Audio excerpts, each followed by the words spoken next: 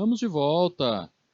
Turminha, na primeira parte da nossa aula, a gente viu que a radiofrequência, a utilização da radiofrequência, ela tem algumas desvantagens. Ela tem alguns itens que a gente tem que sempre verificar, principalmente quando a gente vai fazer instalação até mesmo de uma rede sem fio, uma rede Wi-Fi que utiliza-se da radiofrequência. Então a gente percebeu aqui que poderá existir, a gente tem que ver a questão sobre a difusão, refração, a gente tem que ver todos os itens que poderão impedir, poderão atrapalhar justamente o uso da radiofrequência. E aí, faltou somente um dos itens aí, vamos para o nosso material aqui, faltou somente falar sobre a absorção. Pessoal, a absorção ela é interessante porque é através dela que eu já vou falar que deu-se origem a um estudo. A absorção, existem certos obstáculos que poderão, ao invés de refletir, refratar, dividir esse raio eletromagnético, esse raio da radiofrequência, ele poderá absorver por completo aquilo dali, aquela radiação, esse sinal.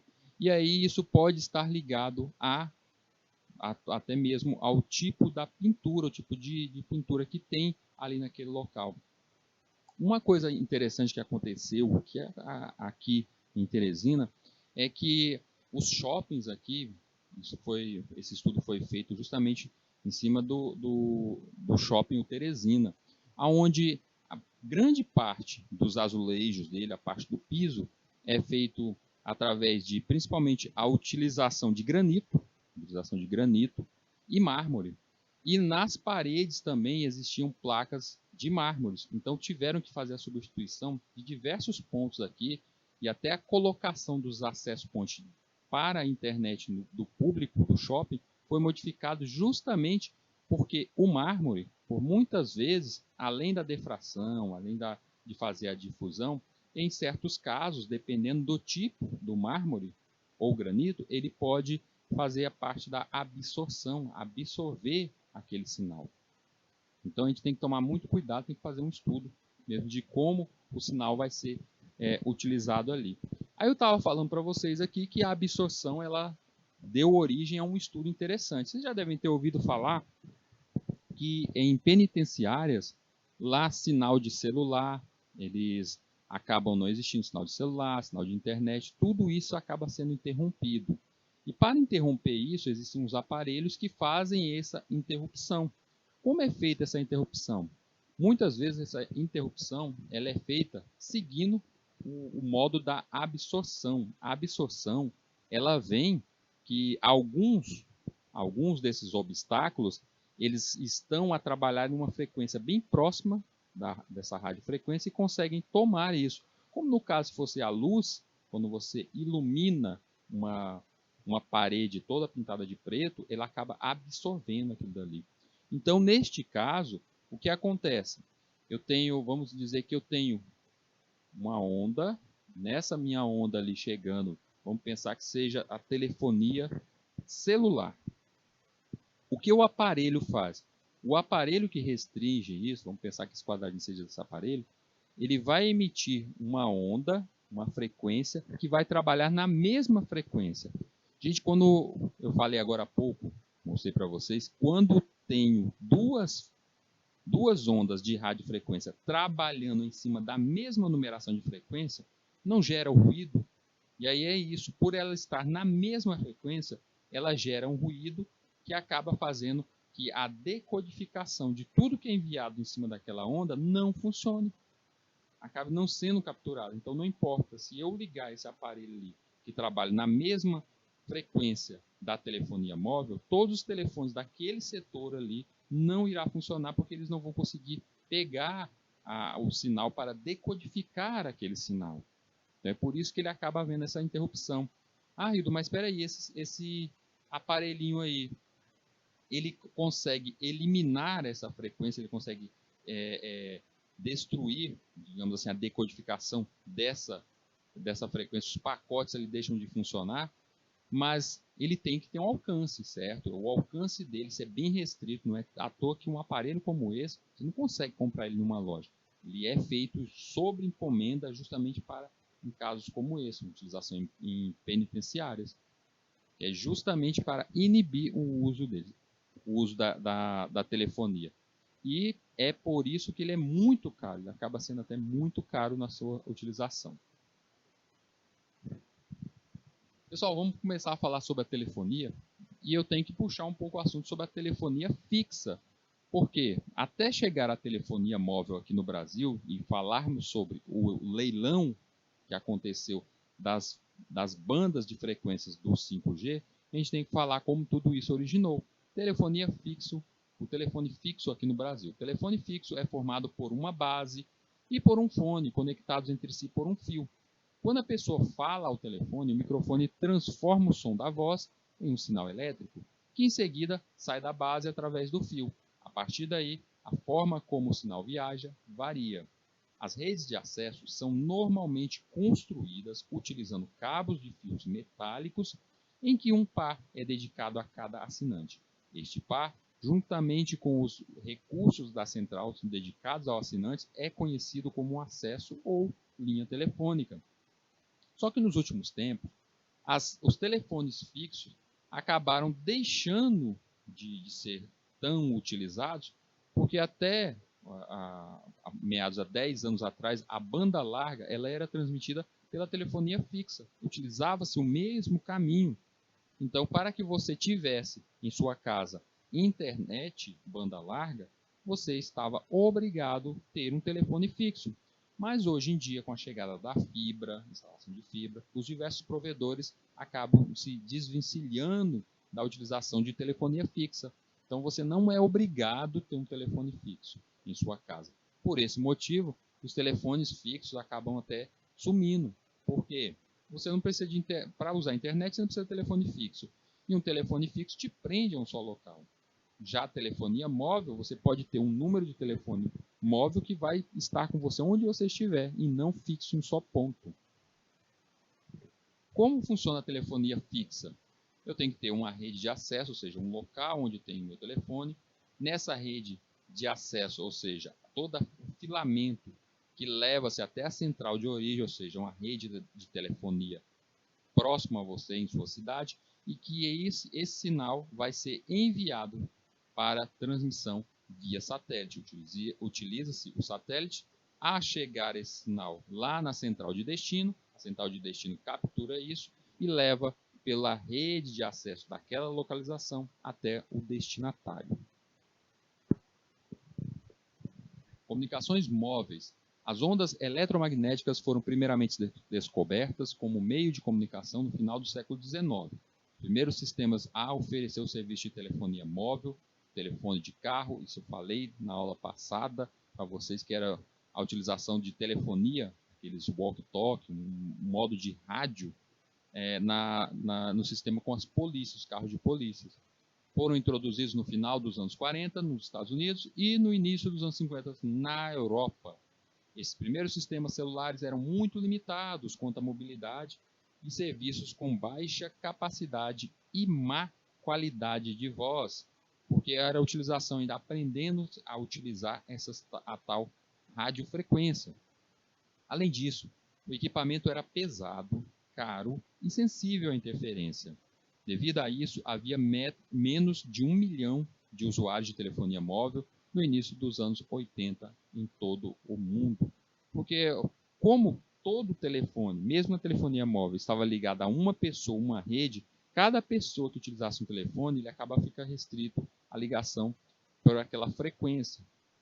E a utilização dessas várias frequências nesses telefones móveis acaba criando muita interferência. Eles ainda não tinham o método de utilização dessa radiofrequência através dos diversos protocolos que foram criados tempos depois. A gente tem que lembrar o seguinte, que existem divisões do sistema telefônico. Esses modos de rede, eu vou explicar de uma forma melhor, e isso na próxima aula, quando eu vou estar falando da comunicação através de dados. A gente vai falar funciona a comunicação de dados, os tipos de comunicações, vai ver tudo isso. Mas, só para iniciar aqui, para a gente continuar nessa levada do sistema móvel, a gente tem que sair dividindo como é o funcionamento do sistema telefônico. Primeiro de tudo, todo sistema telefônico ele tem que ter a rede de comutação. Rede de comutação tem equipamentos necessários à seleção do caminho que possibilita a comunicação entre os usuários. Então, todo equipamento que eu tenho dentro da rede que vai fazer a comutação, ou seja, um switch numa rede, que ele divide o sinal ali entre diversos computadores, um roteador, que a gente vai ainda falar mais sobre ele, a gente vai ter uma aula só para falar como funciona o roteador, como é o algoritmo de roteamento, mas um roteador, em suma, ele é um aparelho que decide o melhor caminho da tua comunicação para chegar até o destinatário. E esses roteadores, switches, hubs, todos eles são parte da rede de comutação. Já a rede de acesso é o suporte físico necessário para a comunicação. Rede de acesso, ela está desde os aparelhos telefônicos, seriam as bordas disso tudo, e até mesmo a questão de todo aquele equipamento que transita entre os cabos. Rede de transmissão, esse sim seria justamente o modo de propagar, suporte físico ou não, que permite a propagação da informação. Se a gente for ver, seriam todos os cabos que passam nos postes próximos da nossa casa, eles fazem parte da rede de transmissão. E por fim, infraestrutura para sistemas de telecomunicações, sistemas secundários que fornecem apoio aos equipamentos de transmissão e comutação, como, por exemplo, um sistema de energia que alimenta eletricamente as partes componentes dos outros sistemas. Eu posso dizer que na sua casa você tem aí um access point com o Wi-Fi e nessa rede criada, ela necessitou da comutação. No caso, o access point aí, ele pode ser visto como um desse computador, já que ele faz roteamento. A gente tem ali o uso da rede de acesso, os computadores na sua casa, os celulares, eles podem ser vistos como rede de acesso. Rede de transmissão, os cabos, seja fibra, seja o que for, todos os cabos que fazem a ligação. E a infraestrutura para esse sistema, que pode-se dizer que seja a companhia de energia, a companhia elétrica. Então, para se ter energia, para se ter tudo isso funcionando, a gente precisa de eletricidade. A expansão do serviço móvel. Ela teve duas grandes fases. A primeira fase ocorreu a expansão para suprir a demanda reprimida pelo serviço de telefonia fixa. A primeira fase, ela vem justamente porque a telefonia fixa era muito difícil inicialmente ter telefone, cada uma pessoa ter telefone era praticamente o preço de, digamos, o mesmo valor que você comprava um carro era o valor de um telefone fixo. Era muito caro, porque cada pessoa naquela rede de comutação ele tinha uma rede própria dele. Então eram muito caros os serviços com a telefonia fixa. E por esse motivo, a telefonia móvel, que já existia desde a década de 30, evoluiu em cima disso, na tentativa de conseguir suprir essa demanda. A segunda fase, o crescimento se deu pela forte popularização desse serviço através do modo pré-pago, no qual um assinante não paga pela assinatura básica do serviço, e sim pelo tempo de uso na forma de créditos de minutos de conversação. Então, quando se fala de telefonia fixa, você comprava aquela rede, aquela linha, que era instalado aquele celular, aquele telefone na tua casa, e você pagava uma taxa mensal para a manutenção. Mas ela era sua, aquela rede, era sua e você pagava aquela taxa enorme, exorbitante. Mas, hoje em dia, nesta segunda fase, a gente vê o uso do pré-pago. Você tem um celular, se por acaso, neste mês, você pensar assim, não, eu vou ficar no meio da floresta, vou para a floresta, vou para o meio do mato e vou passar um mês longe da tecnologia. Aí um mês depois, quando você retorna, o que acontece? Você pode reiniciar, religar ali o seu celular, pagando ali somente o que você gastou. Como você passou um mês todo, não paga nada quanto aquilo. Então através dessa segunda fase da utilização desse pré-pago, é que se popularizou esse serviço. Terminal móvel funciona através de um sistema de comunicação sem fio. Na primeira geração, o sistema era analógico e a partir da segunda geração, o sistema digital. Essa diferenciação de analógico para digital a gente vai entrar mesmo a fundo na próxima aula. Tá? Mas, por enquanto, vamos saber só o seguinte. Na primeira geração, que vai necessariamente lá da década de 30, mas que é sempre visto que a primeira geração começou em 1983. Mas a gente pode perceber que essa comunicação pela radiofrequência vinha bem de antes. Esse sistema ele era analógico, possuía baixa capacidade e era bastante vulnerável à clonagem. E nessa comunicação da primeira geração, o principal era somente comunicação de voz. Qualidade muito ruim. Segunda geração, sistema digital, melhorou a qualidade e melhorou principalmente a capacidade, a quantidade de pessoas que poderiam utilizar aquele serviço. Tá aí um telefone da primeira geração, 1983. Aí já parte a transição para a segunda geração. Mas vamos contabilizar cada uma dessas gerações para a gente entender. Só numa breve vistoria, as primeiras gerações foram onde foram experimentados muitos protocolos. Os primeiros protocolos utilizados, tem muito aqui que não está nem aqui nessa experimentação. A gente vai falar só daqueles que fizeram realmente uso, fizeram sucesso. E aí, na primeira geração, a gente tem o protocolo chamado AMPS, protocolo de primeira geração, analógico, função analógico. Segunda geração, TDMA, CDMA, GSM. E teve uma pequena transição para a terceira geração, que era o GPRS e o EDGE. O EDGE digital, existe controvérsia sobre essa tecnologia ser de segunda ou de terceira. Existe sempre essa coisa aí essa dúvida que o EDGE ele seria de segunda ou de terceira geração. E temos ali também o MTS, terceira geração, e o HSDPA, de terceira geração, mas que esse protocolo evoluiu, virando HSDPA+, virando da quarta geração. Só para a gente entender de forma geral, da primeira geração à quinta geração, qual a diferença real de cada um deles. Primeira geração, ali, telefones mais ou menos ali meados de 1983, e esses primeiros telefones eles tinham simplesmente transmissão de voz, era somente transmissão de voz, era um telefone mesmo. Segunda geração, a gente já tem as primeiras conexões através do GSM com transição de dados. A transmissão de dados, utilizando dados, era possível que você pudesse utilizar o SMS, enviar pequenas mensagens. Então, segunda geração, existe voz, existe envio de pequenas mensagens, era só isso, não tinha acesso à internet. Pequenas mensagens eram enviadas e a partir da segunda geração que vieram os primeiros chips ali, os SIM card dentro desses celulares, que fez com que os celulares ficassem muito mais baratos e pudessem, assim, uma pessoa se disponibilizar, se tivesse renda, poderia ter muito mais do que só um celular. E é através da segunda geração que a gente vê que foi a criação da chamada celular. Primeira geração a gente chama de telefone, mas a segunda geração a gente chama de celular, é justamente por causa das células. Eu já vou explicar como é o funcionamento das antenas dos celulares, aí vocês vão entender que cada antena ela gera uma célula.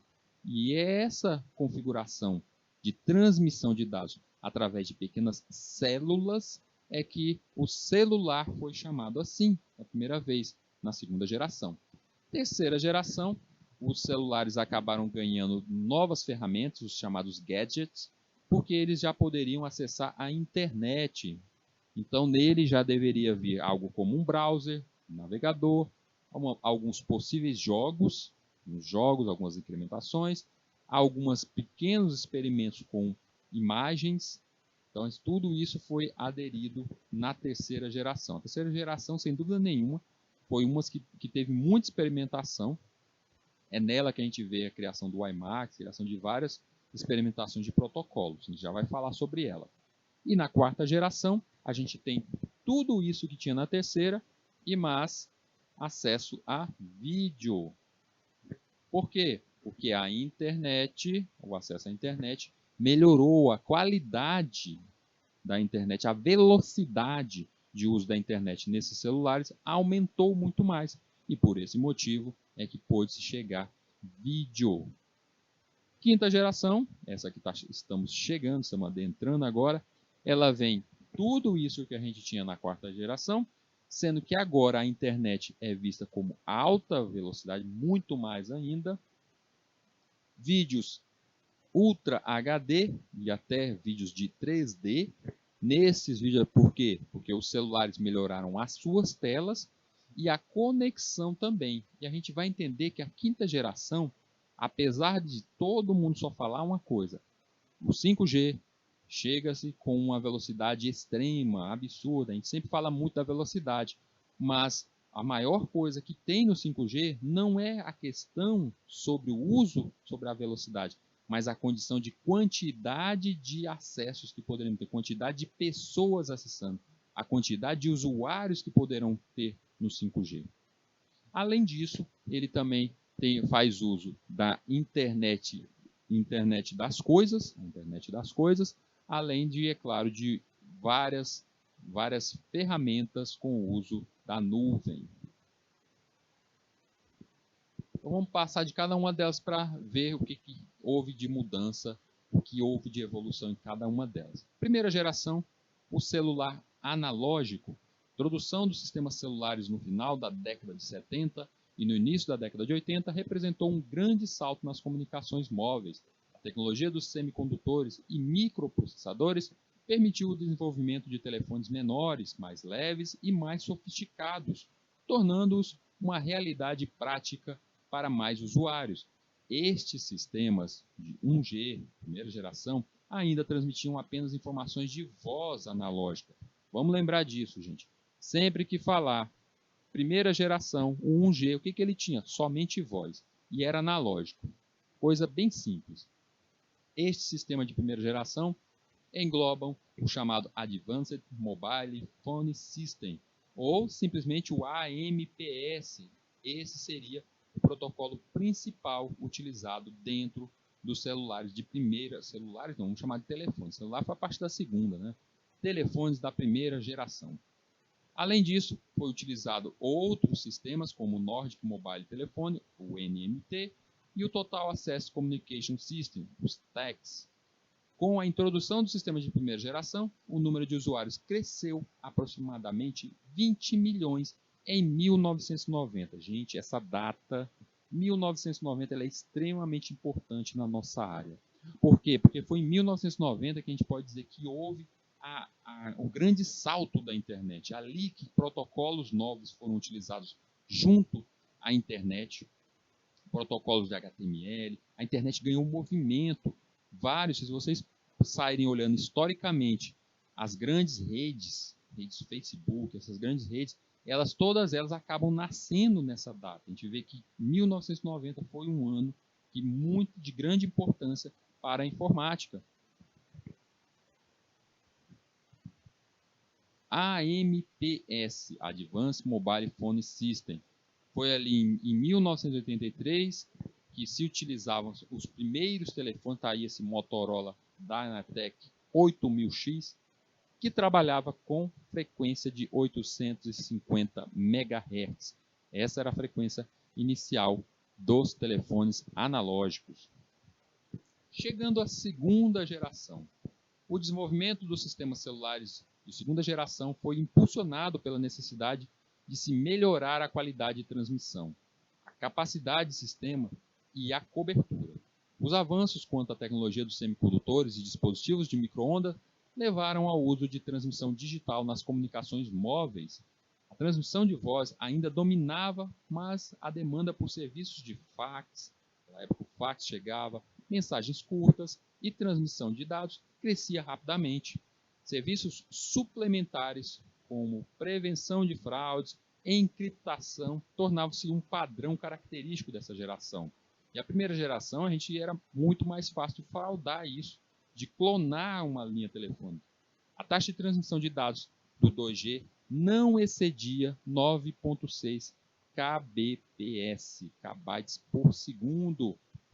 Então, pessoal, nessa segunda geração, era necessário que houvesse, já era utilizado algo como pequenos aparatos para envio de mensagem, como o fax, por exemplo, era enviar essas pequenas mensagens para comunicações rápidas. E aí, por esse motivo, essa tecnologia deveria ser implantada também nos celulares. A segunda geração ela tem como principais usos a utilização do TDMA, Time Division Multiple Access, ou seja, era uma divisão por tempo de uso, e com isso a gente conseguia ter mais usuários ainda utilizando essas redes. Duas faixas de frequência, 800 e 1900 MHz, eram utilizadas, então aumentou a quantidade, a banda de uso. Inclusive, aqui no Brasil, a chegada do 2G, a gente via que novas empresas que utilizavam o 2G, como a Vivo, ela trabalhava nessa faixa mais alta, 1900 MHz. 3 vezes mais rápido do que a analógica, a AMPS, foram muito utilizados a partir ali da década de 90. A segunda geração também trouxe algo de muito interessante, que é o GSM, Global System Mobile Communication, que basicamente é a introdução do SIM card. O Sistema Global de Comunicações Móveis funcionava bem parecido com o TDMA, inclusive nas frequências 900 a 1800 MHz. O que mudou foi o uso da criptografia para tornar as ligações mais seguras. Mais do que isso, essa tecnologia GMS introduziu os cartões SIM, os chips onde guardam as informações do telefone. E com isso, fraudar um telefone, hoje em dia é outro tipo de fraude acontece, mas nessa época aqui, a clonagem de telefone era muito mais fácil. E o SIM card, ele já vinha com uma própria criptografia, onde ele ligava você, os seus dados, àquele SIM card. Então era muito mais difícil de fazer uma clonagem do seu telefone, da sua linha, porque tinha que fazer, além da clonagem da linha, tinha que também conseguir quebrar a criptografia do seu SIM card. Hoje em dia a gente sabe que fazer clonagem de telefone, até que o SIM card não tem essa proteção, mas naquela época essa foi sem dúvida nenhuma uma das maiores pontos para a proteção na segunda geração dos celulares.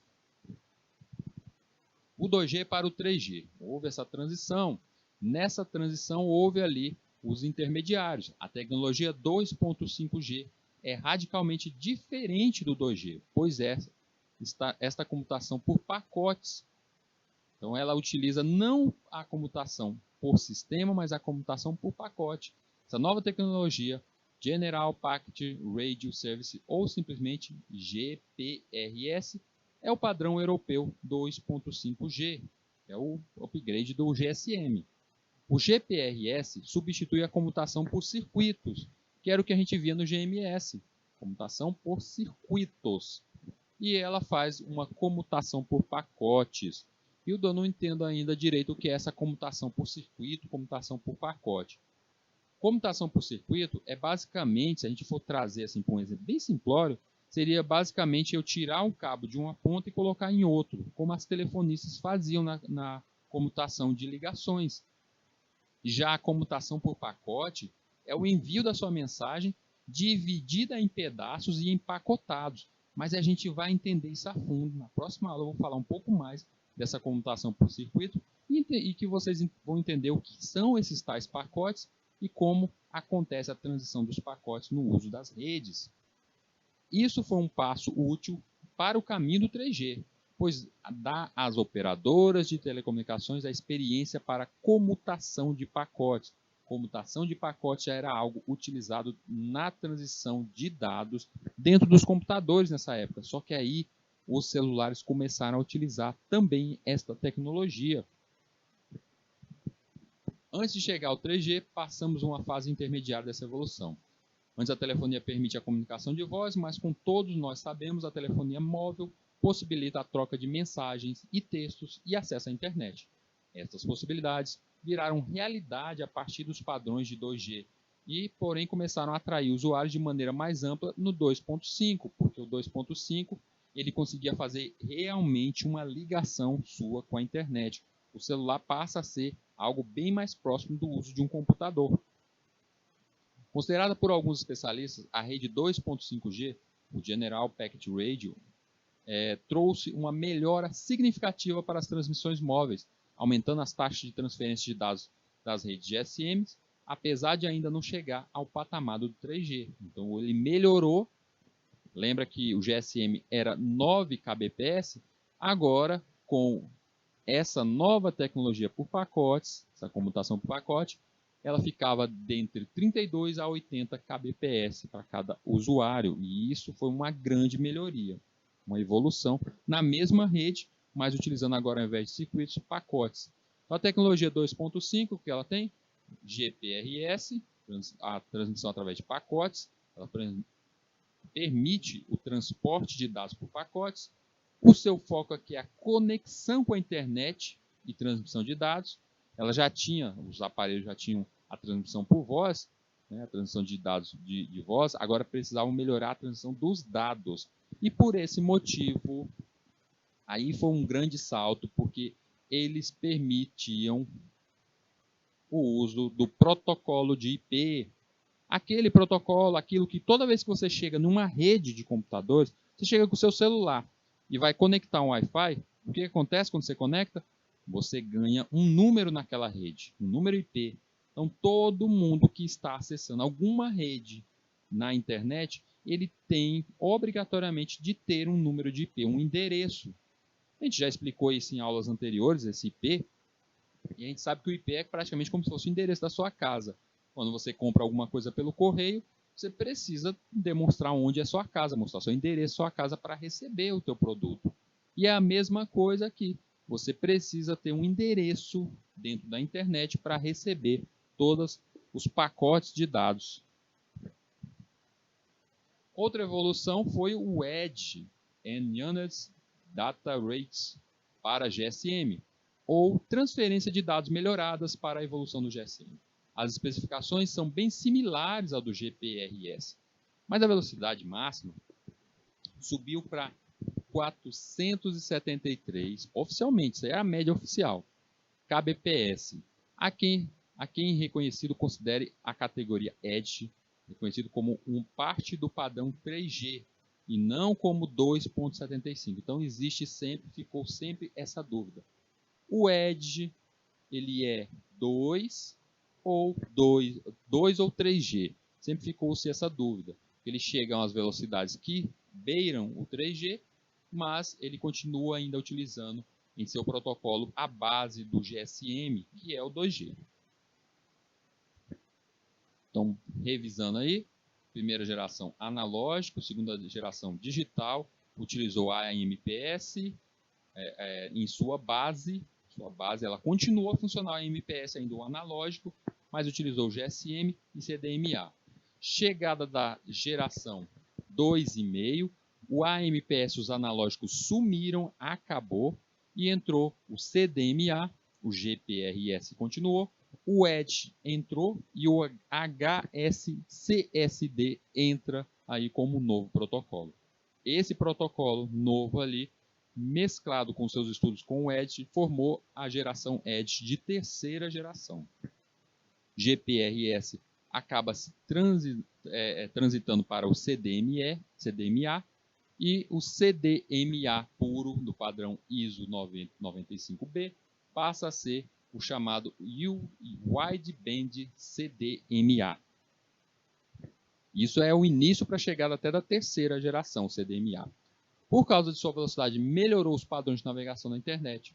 O CDMA ou Wide CDMA, um dos padrões escolhidos para a tecnologia 3G.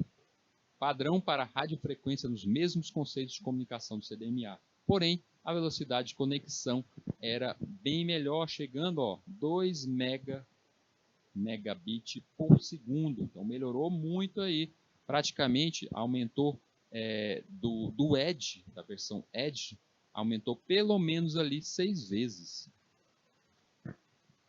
Na terceira geração, o que marca é o HSPA. Quero mostrar para vocês uma coisa, gente.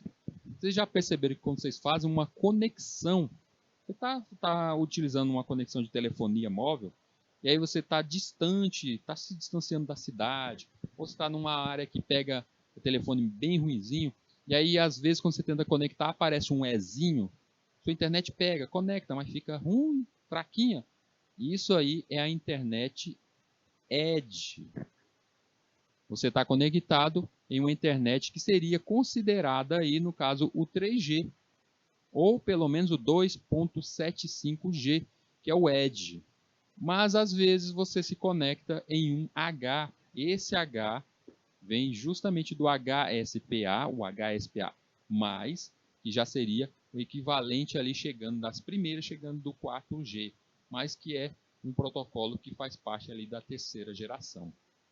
Então é por isso que quando você se conecta a uma rede que aparece aquele Ezinho, aparece um H, você nota que ela está mais lenta. Você não está realmente na internet de alta velocidade.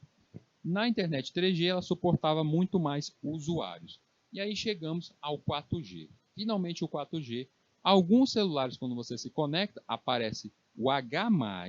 O H+ significa aí a transição para o LTE. E o LTE faz parte da quarta geração. E aí a gente vê que é justamente aquilo que a gente quer para a conexão de internet no nosso celular. Para aqueles que não chegaram ainda, no meu caso aí, não chegou o 5G. A gente quer pegar pelo menos o LTE, pelo menos ali o Hzinho mais. A rede 4G, ou quarta geração, também conhecida como LTE, sigla para Long Term Evolution, ou evolução de longo prazo, surgiu em... Aqui está errado, gente. Olha o errinho. É 2009, tá? Foi um vacilo do T-Hildo. Não é 2019, 2009. Surgiu em 2009, foi pavimentada mesmo, fixada mesmo seus padrões, seus moldes e lançada mundialmente em 2011. 2009 foi a criação, é onde ela surgiu. 2011 ela foi levada a nível mundial, como por exemplo o 5G, que a gente sabe que os primeiros passos dele foi em 2011, primeiros passos do 5G foi em 2011, mas ele está sendo implantado agora. Então, a mesma coisa aqui para a 4G. Surgiu em 2009 e trouxe avanços significativos no que se trata de velocidade de conexão e carregamento de dados. Ela se tornou popular muito mais rápido do que as demais devido ao crescimento das vendas de celulares que cada vez mais contam com diversos recursos para utilizar por meio da internet. A rede 4G foi criada baseada na GSM, então é uma mescla de tecnologias anteriores, olha o GSM lá da segunda geração, gente, mas foi baseada nessa GSM, tanto que ainda hoje utilizamos chips. A gente utiliza os chips ainda, os cartões dentro do nosso celular, porque é GSM, ainda é a base da GSM. E a WCDMA, e representa um molde importante na área de telecomunicações, no qual o usuário passa a ter maior qualidade em portabilidade e banda larga, o que permite que o usuário assista filmes em alta definição, mesmo enquanto eles são baixados, já que o foco do 4G é o tráfego de dados. Foi gerada uma estratégia, até mesmo junto aos sistemas operacionais dos celulares, que ele deveria ter ali algo como uma memória cache, uma memória buffer, não cache, uma buffer, para que quando você vai utilizar, vai baixar algum vídeo, uma música para o teu celular, ele leva um tempo de carregamento. Vocês devem ver isso quando vocês estão assistindo algo como um vídeo no YouTube. Você está lá no YouTube e aí você está assistindo aquele vídeo, o vídeo está passando e aonde ele está carregando é uma barrazinha que está logo à frente. Então aquele espaçozinho ali seria algo que, naquele caso, fica no navegador como buffer. E o celular, utilizando a tecnologia dos celulares a partir da 4G, utiliza-se muito disso. O LTE Advanced ou 4G+. O LTE Advanced pode ser que vocês, em alguns celulares, quando a gente faz a conexão no LTE Advanced, aparece a siglazinha, essa siglazinha bem aí, ó, 4G+, aparece desse jeitinho aqui. Mas isso depende muito do fabricante, depende de cada um que ele demonstra qual a rede que está conectada. O LTE Advanced ou simplesmente 4G+, ou 4.5G surge para manter uma rede 4G em diferentes frequências ou faixas de espectros simultaneamente, ou seja, aumenta a velocidade ao acessar a internet por diversos dispositivos e otimiza a rede. Então, no caso, o 4G, o que ele faz? Ele faz com que, se você estiver acessando, eu vou colocar aqui como de A para B, se você está fazendo uma conexão de A para B e essa conexão aí, você está utilizando algo como a frequência 875, vamos dizer que é cravado, 875. Essa rede está sobrecarregada, essa frequência está sobrecarregada. Tem muita gente nesse setor, você está no centro da cidade, muita gente utilizando essa frequência. O que o LTE faz? Ele tem uma estratégia de mudar a sua frequência. E aí você vai utilizar agora 876, a frequência é 876. E assim você consegue pegar um novo caminho mais livre.